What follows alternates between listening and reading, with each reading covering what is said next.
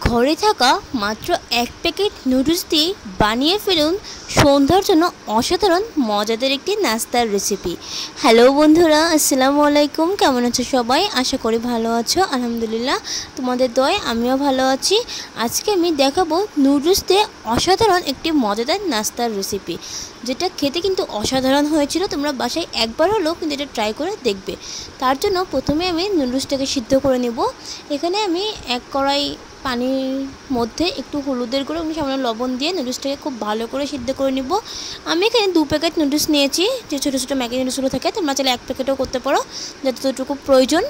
তো আমি নুডলসটাকে খুব ভালো করে সিদ্ধ করে নিয়ে এটাকে একটু ঠান্ডা করে নেব। আমার হালকা পানি ছিল, এটা শুকিয়ে গেলে কিন্তু পানিটা আর থাকবে না। দেখো, এটাকে একবার ঠান্ডা করে নেবো। ঠান্ডা না করলে কিন্তু হাত দিয়ে মাখানো যাবে না। এদিকে আমি পেঁয়াজ, কাঁচামরিচ কুচি এবং আদাটাকে একটু গ্রেট করে নিয়েছি। ঝালটা যে যার পছন্দ অনুযায়ী দিবে। আমি একটু ঝালটা বেশি খাই দেখে আমি ঝালটা বেশি দিয়েছি। তোমরা চাইলে ঝালটা কমিয়েও দিতে পারো। এদিকে আমার নুডলসটা পুরোপুরি ঠান্ডা হয়ে গিয়েছে। এবার এর মধ্যে দেবো চালের গুঁড়ো। আমি এখানে 1 কাপ মতো চালের গুঁড়ো ইউজ করেছি। চালের গুঁড়ো দেওয়ার পরে এর মধ্যে দেবো একটি ডিম। তোমরা চাইলে ডিমের পরিমাণটাও বাড়িয়ে দিতে পারো। আমি একটি ডিম ইউজ করব। 2 প্যাকেট নুডলসের জন্য একটি ডিম ইউজ করেছি।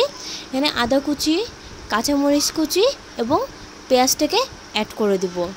এগুলো দেওয়ার পরে আমি খুব ভালো করে উপকরণগুলোকে হাত দিয়ে মাখিয়ে নেব। হাত দিয়ে না মাখালে কিন্তু একটু দলা দলা থেকে যাবে, চামচ দিয়ে খুব ভালোভাবে মাখানো যাবে না। আর যেহেতু ডিম দিয়ে মাখাবো, সেক্ষেত্রে একটু ভালো করে মাখিয়ে নিতে হবে।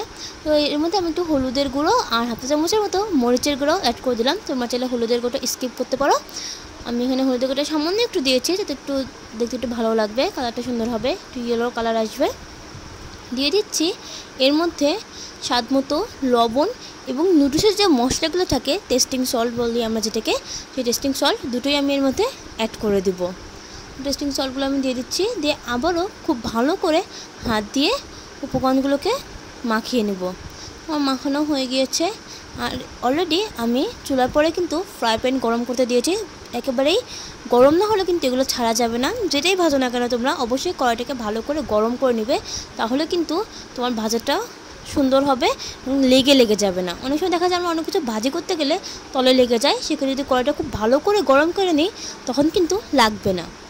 এবার এর মধ্যে আমি যে নুডলসের কাইটা করেছিলাম আর কি, সেগুলো হাত দিয়ে একটু বল বল করে বড়ার মতো করে আমি তেলের মধ্যে ছেড়ে দিয়েছি, একদম গরম তেলের মধ্যে। এটাকে একেবারে লাল লাল করে ভেজে নেব। এক পাশ খুব ভালো করে লাল হয়ে গেলে তবে অপর পাশটা উল্টে নেব। দেখতেই পাচ্ছ আমার এক পাশ বেশ একটু কালারটা চেঞ্জ হয়ে এসেছে। দুই পাশে আমি খুব সুন্দর করে মচমচে করে ভেজে নেব। আর যেহেতু চালের গুঁড়ো অ্যাড করছি, সেক্ষেত্রে কিন্তু মচমচে হবে। তোমরা চাইলে এখানে আটাও ইউজ করতে পারো, আটা বা ময়দা যার যেটা অ্যাভেলেবল। দেখো আমার দুই পাশে খুব সুন্দর করে ভাজা হয়ে গিয়েছে। এবার এগুলোকে তুলে নেব। তুলে নিয়ে সার্ভ করলেই তৈরি হয়ে যাবে আজকের নুডলসের পাকোড়া। দেখো আমি তোমাদের একটা ভেঙে দেখাচ্ছি, বেশ সুন্দর একটু মচমচে, ভেতরটা কিন্তু খুব ভালোভাবে সিদ্ধও হয়ে গিয়েছে।